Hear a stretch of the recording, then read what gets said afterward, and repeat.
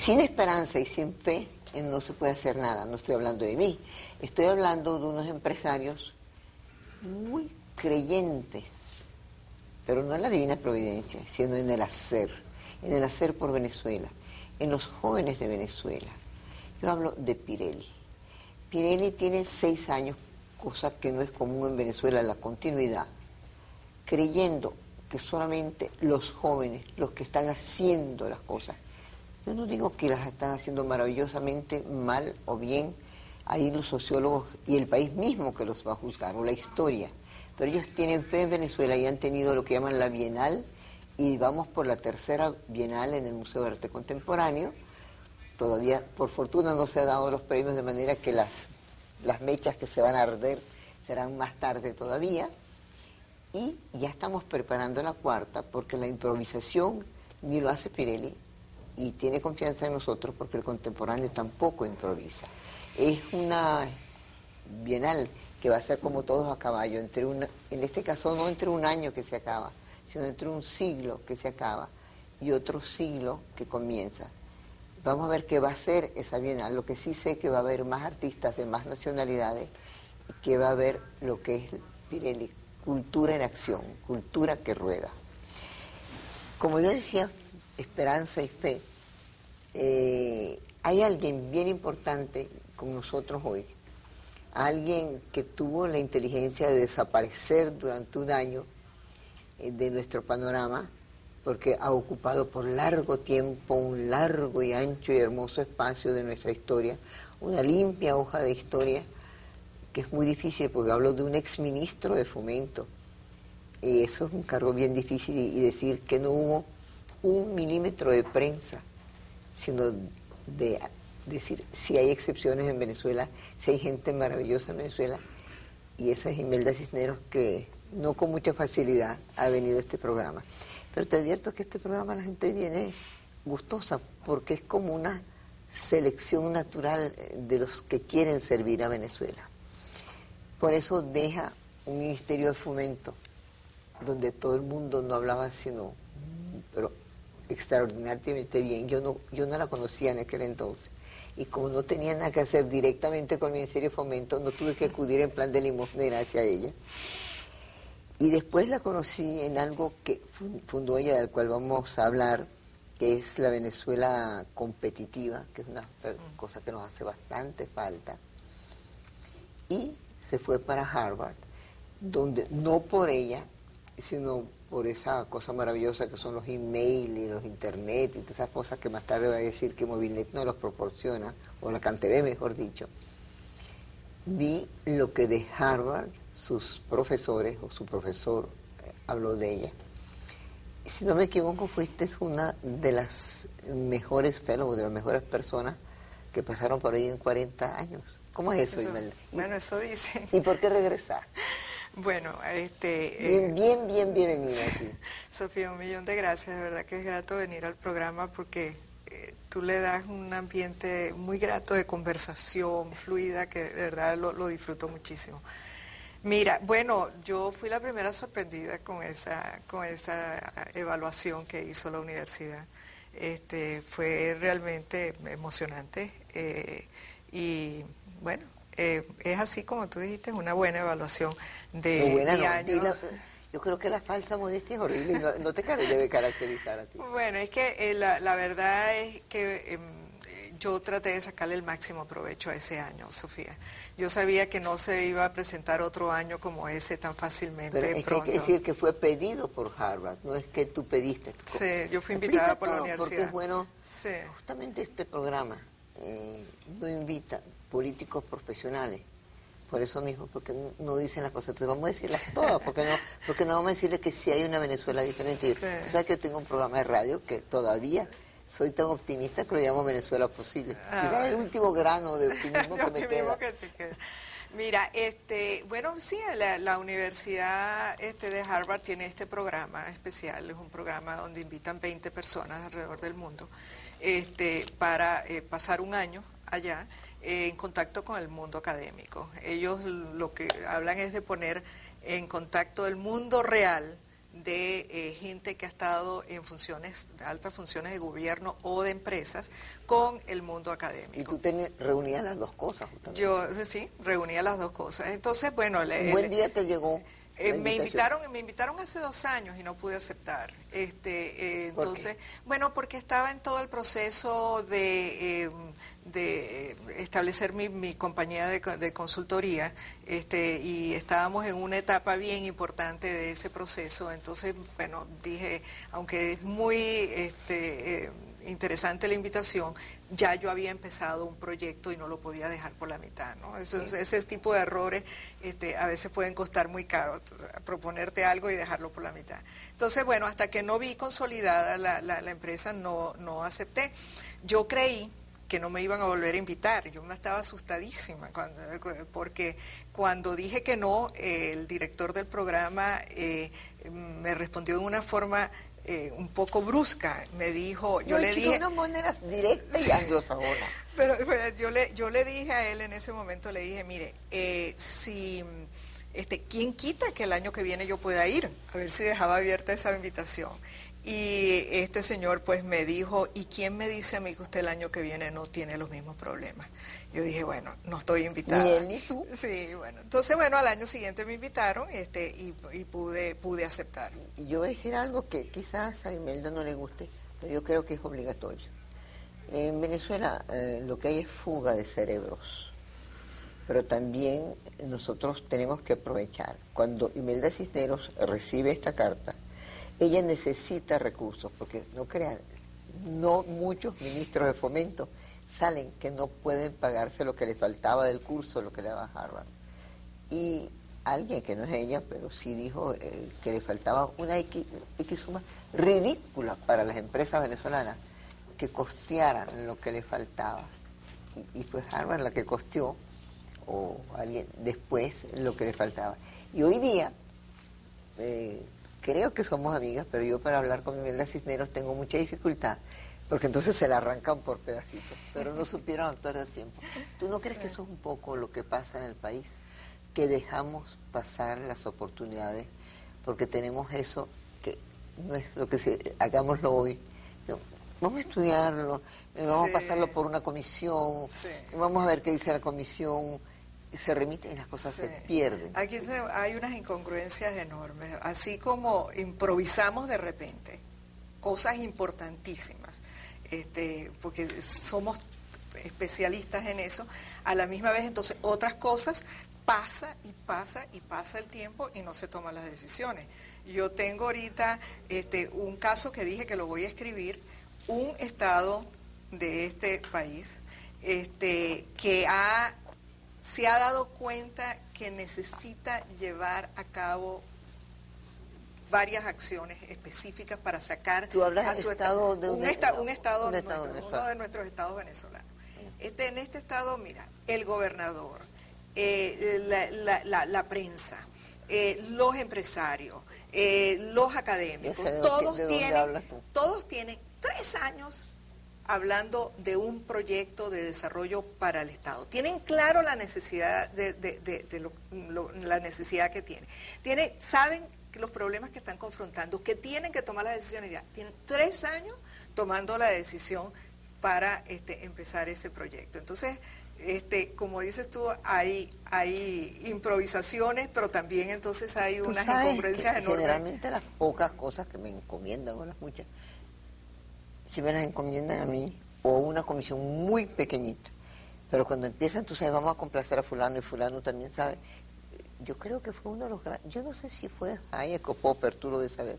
Si uno quiere hacer algo, se lo encomienda a una persona. Sí. Si quiere que no se haga, se le encomienda a una comisión. Sí, exacto, así es. Entonces, sí. Sí, bueno, acá en Venezuela tenemos ese grave problema de que se lo encargamos las cosas a las comisiones para tomar decisiones, pero te repito, hay esas incongruencias que a la misma vez entonces improvisamos y somos unas maravillas improvisando. Tú en este momento, que materialmente eres la mira de las empresas, y eso es muy bueno, para que tú colabores con ellas, y llega un momento dado que tú estableces un plan que es lógico, funcional, porque no es grandioso seguramente, sino que está dimensionado y no sobredimensionado. Sí. Después de un tiempo te das cuenta que todo ese esfuerzo se... Sí. ¿Cómo te sientes? Bueno, mira, tú sabes que esa es la historia diaria de los consultores. A veces los consultores sienten una gran frustración, porque en general desarrollamos planes, proyectos para empresas o para gobiernos locales o para cualquier institución, y desarrollas el plan con gran entusiasmo, e incluso pone entusiasmo la gente que ha venido a hablar contigo. Por lo contrario, hay un exceso de entusiasmo. Exceso de Bueno, entusiasmo. te reciben como si tú fueras así, una cosa increíble. Y después tú ves que aquello se queda sobre la mesa y pasa el tiempo y tú ves que la empresa está cada vez enredándose más en problemas o está perdiendo oportunidades. A nosotros nos ha tocado empresas con unas oportunidades extraordinarias de internacionalización, nichos que les identificamos y no toman la decisión, no dan el paso. Hay otras que sí. Hay que decirlo también, hay otras que sí, que son audaces, arriesgadas y se lanzan. ¿Tú no sientes que tú tienes ya la capacidad de diagnóstico de no tomar ciertas cosas por más sabrosas de desarrollar porque no te las pueden desarrollar? Sí.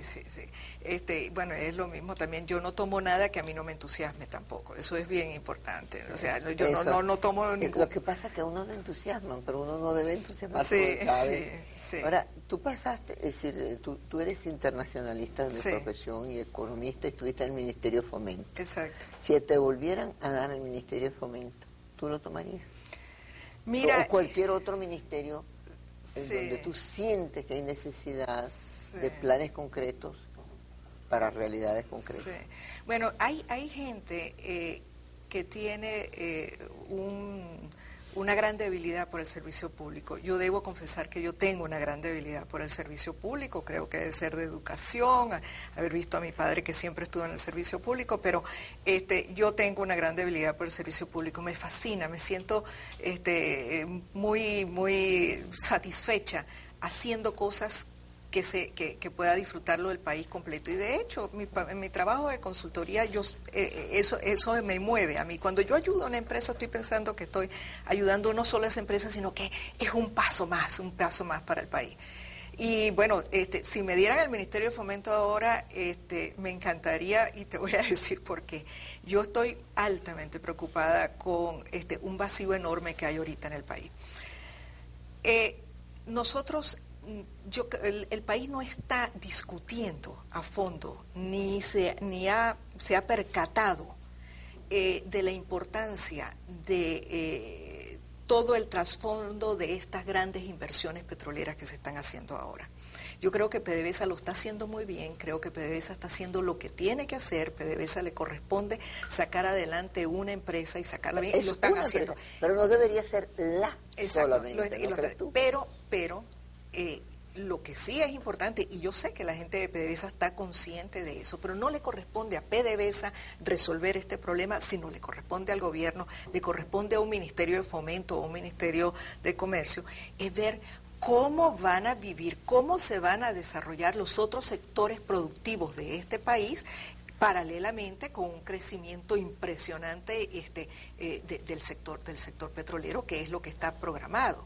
Entonces, acá estamos todos entusiasmados, viendo lo que se está haciendo en el sector petrolero, lo están haciendo bien, pero poca gente está estudiando qué va a pasar con el resto del país. Si tú eres tan enajenada que aceptarías un ministerio ahora, ¿qué crees tú que sería tu primera prioridad? Mi prioridad, yo creo que la prioridad de cualquier ministro en estos momentos, principalmente un ministro de Industria y Comercio, es responderse esa pregunta: ¿cómo hago para que los otros sectores productivos que no son el petrolero puedan desarrollarse? Porque mira, la gran incongruencia, Sofía, es que nosotros estamos entusiasmados y estamos empujando al sector empresarial venezolano a integrarse. Ese es un gran proyecto, la integración y las exportaciones. pero a la misma vez tenemos este plan de PDVSA que evidentemente va a traer consigo una sobrevaluación de la moneda. Si hay una sobrevaluación de la moneda, el sector exportador venezolano... No, acuérdate que estamos hablando para kindergarten, para mí, por lo menos. Exacto. Pero fíjate, si hay una sobrevaluación, el sector exportador va a verse en situaciones muy complicadas. Entonces, bueno, ¿cuál sería mi prioridad? Enfrentar eso, ver cómo resolvemos ese problema. Ya yo cuando era ministro de Fomento alerté sobre eso, porque nosotros arrancamos con un proyecto y en la mitad del camino entró el plan de inversiones de PDVSA. Y eso ya pues cambiaba los parámetros sobre los que estábamos trabajando. Yo sé que quizás nos salimos de lo que tú desearías, porque hay una cosa siempre, algo que uno mucho desea decir y que al terminar un programa dice que varilla, que no lo puede decir. Y otras cosas que uno siente lo que la gente pregunta y que cuando tiene una persona idónea desea preguntar, porque entonces ya es lo que tú dices, es una mayoría que pregunta a través de un reportero. Tú estás hablando del petróleo y tú dices que petróleo lo hace muy bien y la gente, pues hay encuestas diferentes, pero hay un chorro de dinero que entra. Y me dicen, y yo lo creo, ese por populismo, por necesidad del país, por la cosa, la gente quisiera ver algo que se modificara y no que pasara más de lo mismo. Sí. Que la gente diga, pero ahí me hay petróleo, entonces vamos a gastarlo y vamos a endeudarnos. Sí. ¿Cómo podría hacerse? Inclusive no sé si lo hacen, yo no estoy en el alto mundo de los petróleos. ¿Cómo que la gente pueda sentir que ese chorro de dinero de todos nosotros le toca aunque sean por goticas de petróleo? Y que a la vez que esa gotica de petróleo sea sembrado, como dice Arturo. Sí, bueno, tiene que ver con lo que te está diciendo, en la medida en que los otros sectores puedan desarrollarse dentro de ese marco de bonanza que nos va a proporcionar el sector petrolero, yo considero que el resto del país va a beneficiarse de esta gran oportunidad que se le presenta a Venezuela, que te digo, ningún país de América Latina tiene esta oportunidad. Que nosotros la dejemos pasar, como dices tú, la dejemos pasar de lado. Pero estamos nuevamente pasar. Bueno, yo creo que estamos a tiempo ¿De bueno, tú es que tú no, eres un poquito menos optimista que yo, pero yo creo que sí estamos optimista. Yo soy totalmente sincera en la cual no creo. Pero yo sí creo. Tiene una sola cosa que no estamos produciendo, que es trabajo. Porque también el petróleo, para ser trabajado con entusiasmo, más que decir que uno está, es creer en lo que uno está haciendo, y cuando uno cree, trabaja de otra manera. Sí. Y aquí no hay una cultura de trabajo. No hay, bueno, ahí has tocado tú un tema que es muy importante y del que vengo hablando yo desde hace tiempo y que tiene que ver con Venezuela competitiva. Bueno, por eso eres miembro de la Junta Directiva del museo que trabaja. Del museo, así es, que por cierto, bueno, no nos vamos a desviar a hablar sobre el museo, pero la verdad que yo me sorprendo de lo que se hace allí. Pero mira, Sofía, ese es un tema bien importante, el tema de la actitud y de la mentalidad de la gente. Nosotros hemos tratado de empezar un cambio, una transformación en el país, que ha sido una transformación a los golpes y con obstáculos, etcétera. Pero en la medida en que nuestra gente no cambie su actitud y su mentalidad, es imposible que las transformaciones se den. Tanta pobreza. Yo no confío en las cifras, pero vamos a decir que no se puede repetir continuamente las cifras sin que sean verificadas ya por otras instituciones mundiales. Sí. Tenemos un 80% de pobreza. Es muy difícil que la gente cambie cualquiera de sus actitudes, ni sus hábitos. Sus hábitos alimenticios empeoran, sí. Sus hábitos de atención bajan, sí. Sus hábitos de vivir correctamente no tienen cómo. Entonces, ¿cómo va a cambiar de actitud alguien si uno tiene una enfermedad? Si uno tiene un chancecito así de mejorar, un buen médico, un buen equipo, concha, le echa para arriba. Pero si se echa así, sí. Ya no le importa nada. Sí, sí, mira, tú antes habíamos estado conversando y habías tocado un tema que era importante, que es el tema de educación. Sí. Pero antes de un tema tan importante, yo quiero, tú decías hace poco, que tú no tomabas una asesoría, ni tomabas una consejo de una cosa en la cual no crees. Yo creo que he demostrado a través de 53 años de periodismo que no he dicho nunca nada en lo cual no creo. Yo creo sinceramente en el teléfono. Cuando a mí yo hago, voy a decir un mensaje comercial, yo me tú estás loca, si eso anda malísimo. Yo decía, anda malísimo, pero va a andar mejor. Y está funcionando mejor. Y está funcionando para el mayor número de venezolanos. Y a través del internet, a través de Movilnet que mejora. Y la competencia, porque hay una otra institución que se ocupa de ponernos en contacto con el exterior. Y yo por eso soy una ferviente admiradora de la CanTV, aunque Zapata me decía que con los horrores que yo hablo de la CanTV, no sabe cómo no me han despedido por teléfono, pero yo sin teléfono y varios no vivo. Y esa es una manera porque acerca a la gente y acorta las distancias y está funcionando cada vez mejor, porque tiene un sector privado. Tú vamos a hablar el tema que es el cual todo el mundo habla y nadie hace nada. Empezando por el ministro de Educación, que empezó con una frase, en la cual yo caí de rodillas y dije, señor, qué bueno, vamos a hablar de educación. Y él dijo, no sirve para nadie. Si uno dice eso, es porque tiene 1 milímetro de posibilidad de mejorarla, y lo que ha hecho es empeorarla. Y no lo quita porque estamos a fin de periodo. Tú sabes que el tema es tan importante. No me importa decirlo, pues que no sirve para nada, pero que no sirve para nada, nada. Fíjate, el tema es tan importante, tú que decías que hay, para decir algunas cosas a veces tienen que tener respaldo, etcétera. Bueno, yo creo el Banco Interamericano de Desarrollo acaba de sacar bueno, y de reelegir a Iglesias. Sí, exacto. Acaba de ser reelecto. Sí, y ellos sacaron su informe de este año, que es muy interesante, muy interesante. Analiza 10 años de reformas en América Latina, que es algo realmente interesante. En ese informe, el Banco Interamericano de Desarrollo llega a la conclusión que después de 10 años de estabilidad macroeconómica, de hacer reformas estructurales, los grandes logros han sido que estemos creciendo en forma bastante desigual, pero estamos creciendo, que se ha disminuido la volatilidad en la aplicación de las políticas económicas, que se ha parado el deterioro tan grande en la distribución del ingreso. No que se ha resuelto, que se ha parado. La distribución del ingreso en América Latina es la peor del mundo. ¿Ok?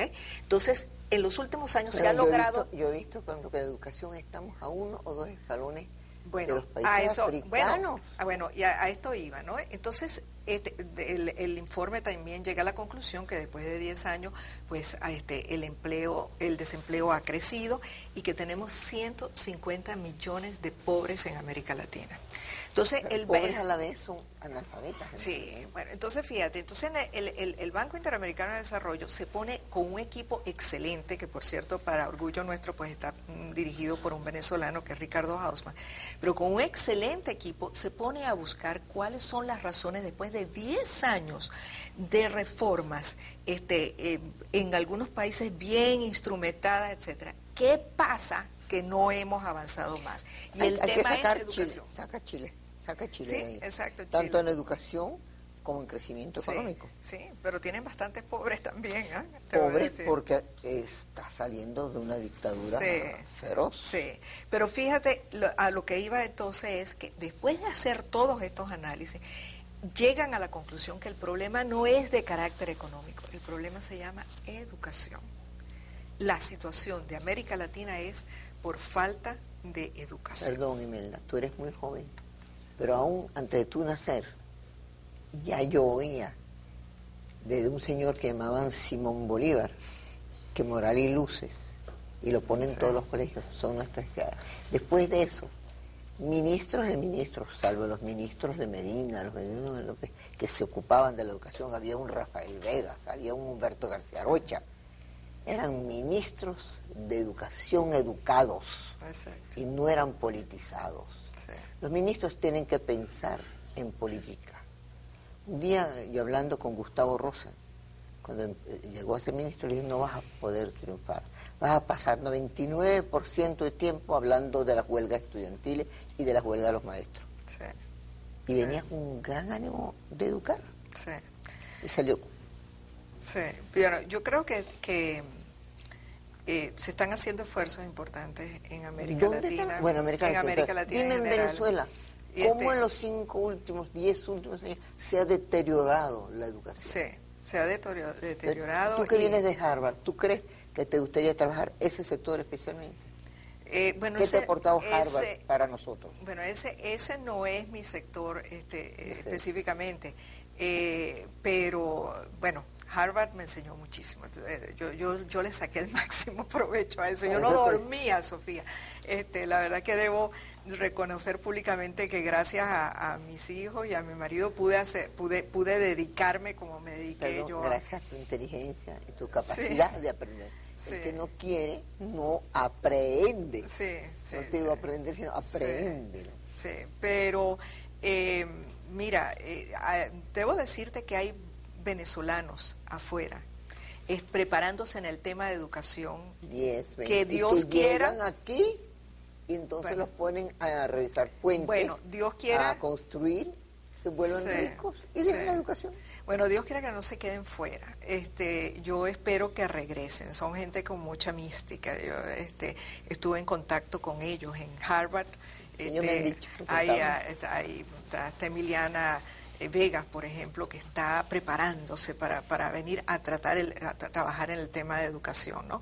Ojalá que se vengan, que no se queden por allá y que acá se les dé un espacio para poder hacer trabajo, ¿no? Mira, Imelda, Darcy Ribeiro. Un día yo le pregunté, Darcy, o Darcy como dicen ellos, ¿educar para quién y qué? Yo creo que es la primera pregunta que se debe de saber. No se puede lo mismo educar en Suecia, que vienen con ciertos modelos, que educar para nosotros.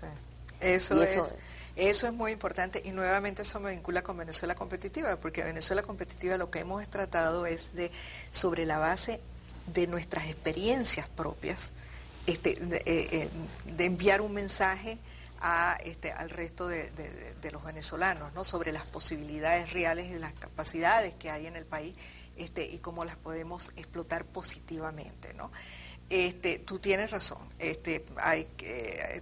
Volviendo al tema del BID, por ejemplo, el BID hablaba, da unas recomendaciones de carácter general, pero yo he insistido, cuando me ha tocado evaluar el informe, en que hay que responderse a las preguntas que tú estás diciendo. No es simplemente hablar de educación, sino para qué y para quién.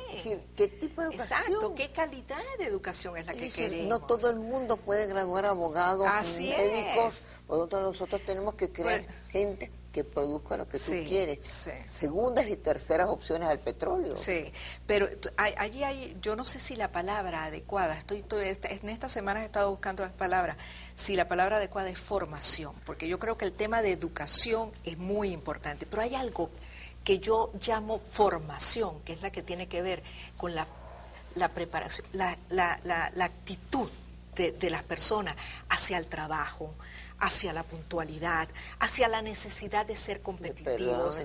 Ya que estás hablando de trabajo, yo quiero hablarles de Omega, que es un punto absolutamente débil, pero es el fuerte para hacer cualquier cosa, aunque sea una cosa tan simple y hermosa como un museo para los venezolanos. Yo uso un Omega Constellation, porque a mí me encuentran en los ascensores. El otro día estaba yo visitando un enfermo. Y Sofía, ¿y dónde está tu Omega Constellation? Se lo mostré inmediatamente, porque yo llego a la hora y uso un reloj que me permite llegar a la hora. Pero eso no es el producto de solo venderlo. Lo venden gente que tienen 100 años, 101 años vendiendo en Venezuela, que son los cupelos, vendiendo un reloj que les da la posibilidad algún día a los venezolanos de ser muy exactos. Que ahora se puede ser inexacto en una cosa tan competitiva como Venezuela Competitiva. Bueno, mira, Venezuela Competitiva es un proyecto... Es un hijo tuyo. Sí, bueno, sí es, y de otros venezolanos que también han contribuido. Como todos los venezolanos, tiene muchos padres, pero una sola madre. Está bueno eso. Bueno, más o menos eso me gusta. Sí, allí, bueno, tenemos ya 5 años trabajando, y el objetivo de Venezuela Competitiva es, en cierta forma, identificar casos exitosos venezolanos, porque a veces tenemos la sensación de que no hay éxitos en Venezuela, y sí hay éxitos en Venezuela. Y hay éxitos en diferentes niveles. Mira, nosotros tenemos ya más de 100 casos identificados, convertidos, trasladados a audios de 3 minutos, y están documentados en libros. Más 110 casos, ¿no? Y van desde el hospital ortopédico hasta una campesina en el estado Lara que logra montar una cooperativa de panaderas, que es un éxito, hasta un programa de salud en un estado o en un municipio. O sea, hay casos bien interesantes. Y lo bonito es identificar qué hay de común entre eso, que es esa gente que te acabo de mencionar, y otros ¿Cómo casos. lo descubriste? ¿Con una varita mágica? No, nosotros o con tenemos métodos científicos? tenemos una metodología, y tenemos un grupo de consultores que se contrata, que pasan el año completo identificando los 20 casos para cada año. Y cada año se escogen 20 casos. No queda eso como acuérdate que soy abogado del diablo, como un caso de laboratorio frío, en el cual ustedes estaban muy contentos porque encontraron el zancudito que si pica a una gente ahí nos produce un pequeño escozor. Y en el fondo es para una minoría tan ínfima, que el escozor de la vida diaria de todos los venezolanos se queda pálida al lado de eso. Esa satisfacción personal de haber encontrado uno. Sí, bueno, mira. Yo creo en la unicidad, por cierto, pero paréntesis para identificarme. Sí, mira, estos casos, lo interesante es que los protagonistas son gente común, no son gente distinta al resto de los venezolanos, y han logrado ser exportadores de barcos a Noruega y a Francia y a Inglaterra. Y uno no sabe quiénes son, y que tienen que decirlo. Y que están allí. Es que mira, Sofía, yo te digo una cosa, yo todo el tiempo me he preguntado, ¿cómo es posible que este país, con todos los inconvenientes, los problemas, los obstáculos que ha tenido que enfrentar en los últimos años, siga de pie? Tiene que haber una Venezuela que es la que no conocemos, una Venezuela que no está en los periódicos. Tú estás diciendo de una manera un poco escondida, vamos a decir, o astuta, o yo no eres astuta, me choca la gente astuta, de que el gobierno ha sido, todos los gobiernos, como decía Carlos Rangel, que todos son malos, nunca han comprendido y no han abierto los ojos, porque al llegar al poder, y eso lo decía después el doctor Tejera, se vuelven sordos, ciegos y no mudos. Hay mucho de eso. Yo te digo que en mi experiencia de todos estos años, yo me asombro cómo la gente, al estar cerca del poder o llegar al poder, puede convertirse en otra cosa y olvidarse de muchas cosas. Otra cuando eras ministra de Fomento. ¿Perdón? Tú eras otra cuando eras ministra de Fomento. Mira, creo que no, y creo que en buena parte el hecho de, como decías tú, no tuve ningún centimetraje negativo, creo que tenía mucho que ver con eso. No, es el caso de Imelda es tan célebre, esas cosas pequeñas que son las grandes, que me contaban que ella llegaba después de un viaje a la China, al Japón, eso que se llamaba viajeros alegres, que son bien cansones, y llegaba a Washington, donde a otros lo recibían los embajadores y no sé qué, y llegaba ella como una pasajera cualquiera, jalando su maletita sola. Se montaba en un taxi y ya está. Si solo ese detalle que parece anecdótico y sin importancia la tiene mucho. Sí, bueno, es importante la imagen que de alguien que está allí. Pero pues, qué sensación da el poder, el decir que una decisión tuya favorable puede hacer mucho bien. ¿No te sientes, no es terrible? No, es muy importante. A la misma vez, el miedo que te da que una decisión mala puede hacerle tanto daño a tanta gente. Pero yo, como te decía, yo me asombro de gente que solamente ver la pared de un ministerio puede cambiar y puede olvidarse de muchas cosas. Eso sucede, como también hay otros que realmente tienen conciencia clara de que tienen una labor que cumplir al haber aceptado. Pero fíjate una cosa, un cargo de esto. muy pocas personas no tendrían temor de decir que tienen vocación de servicio público, porque inmediatamente lo dirían, bueno, como en todo venezolano hay un presidentico, presidentica que duerme. Sin duda, ¿tú te sentías capaz de otra locura más, ya que fuiste ministro, que es, digamos, un 60% de locura, y llegar al 1000% de locura? Y de ministro de Fomento es casi a ser un candidato presidencial en un momento dado. Eso sí no me lo había planteado, te digo. Si piensas lanzar mi candidatura para ahí compararme con Irene, no, yo no, ni lanzo ni promuevo candidaturas, sí. ni casi pregunto. Sí. Así, por lo menos en nuestra institución, que tiene como 300 personas, tiene 25 años, nunca le he preguntado. Sí. Pero tú nadie. sabes una cosa, Sofía, no es necesario ser presidente ni ser ministro para servir. Pero ayuda. Ayuda, por supuesto, ayuda muchísimo, y porque estás justo en el lugar en donde se adoptan las políticas que te crean el entorno adecuado para que el país pueda funcionar. Pero yo te digo, desde mi oficina, como empresaria, como consultora, yo me siento que muchísimos de mis proyectos, casi todos mis proyectos, es casi un servicio público también, te digo. ¿En qué hace exactamente? Primero hay una cosa que se llama la colina competitiva, ¿no? La colina creativa. La colina sí. creativa. Sí. ¿En qué son comunes y en qué no? Bueno, la colina creativa es el lugar. El lugar en donde está, y allí tengo yo mi oficina, así como la tienen otras personas, ¿no? Allí hay es un núcleo de oficinas que están en el área de la universidad metropolitana. Y allí tengo yo mi oficina, y ahí está también casualmente Venezuela Competitiva también. Por cierto, un lugar muy bonito. Venezuela Competitiva es lo que tú diriges dentro de simplemente el hábitat, que es la colina. Exacto. Pero no lo dirijo yo estoy con otro, hay un director ejecutivo y hay una junta directiva, y yo soy un miembro más de la junta directiva. Pero hay áreas, ¿no? ¿Cuál área abarcas tú? Es que lo otro que está en la colina creativa es mi oficina ya personal, mi empresa pero personal, que es tú eres Access. Especialmente exitosa. ¿Qué se debe ese éxito y qué es el éxito? Sí, bueno, el área en el que he estado trabajado y en el que he trabajado siempre ha sido en el tema de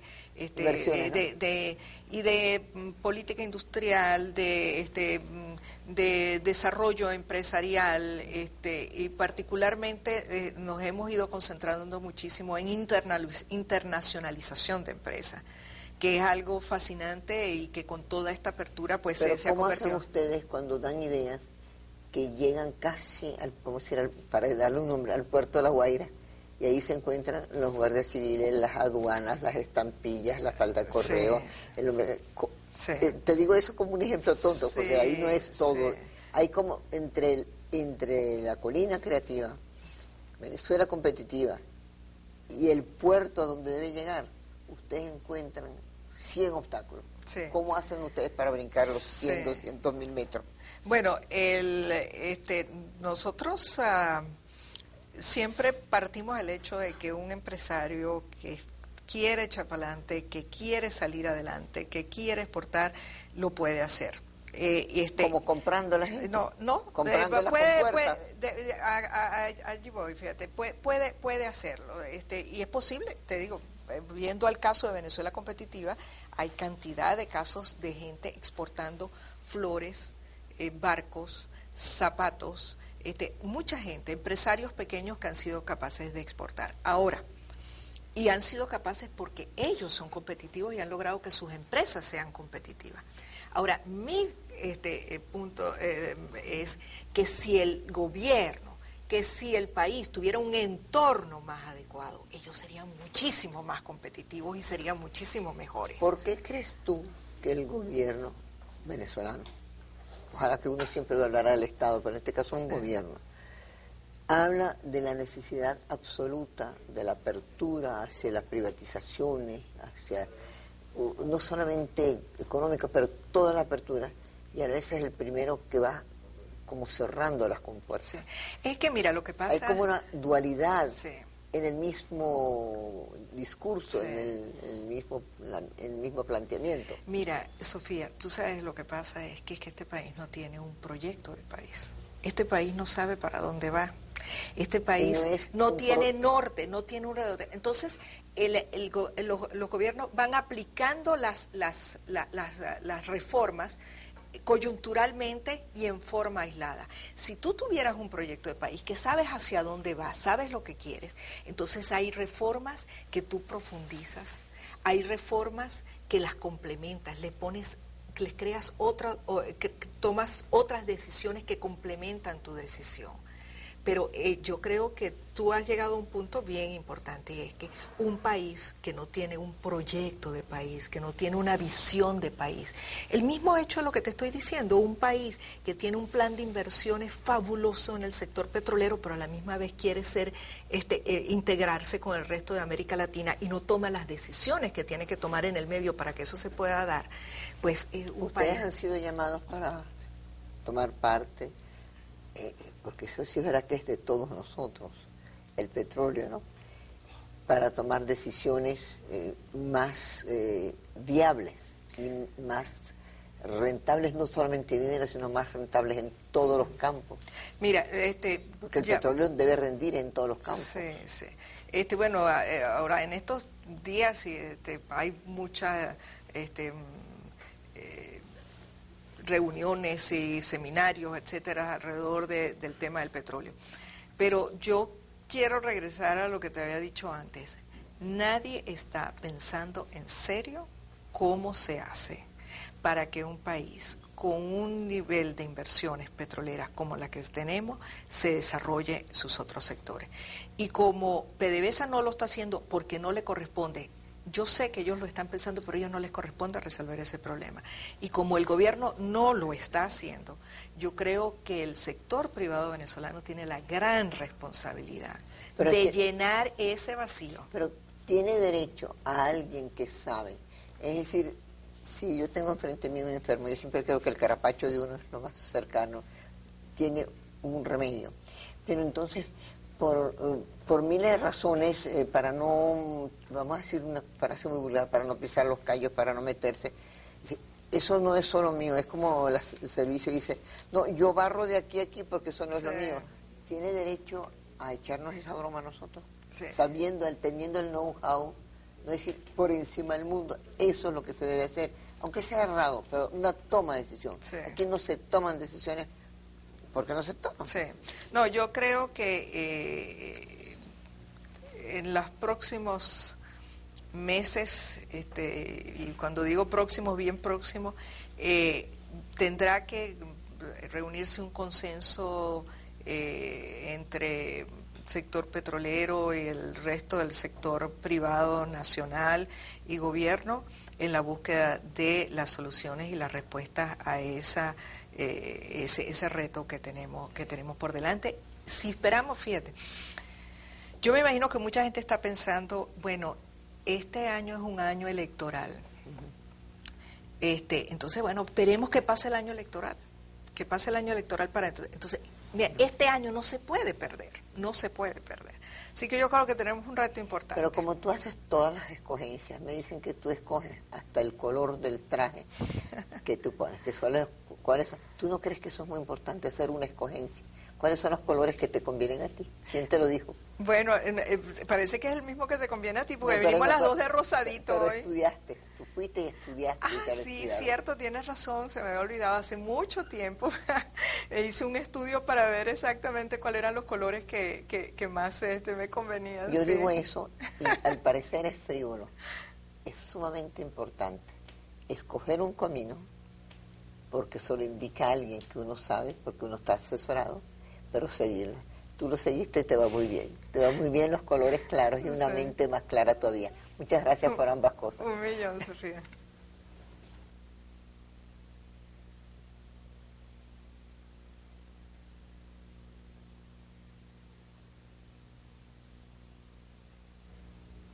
Canal 51, 10 p.m. Imelda Cisneros, competitiva y eficaz.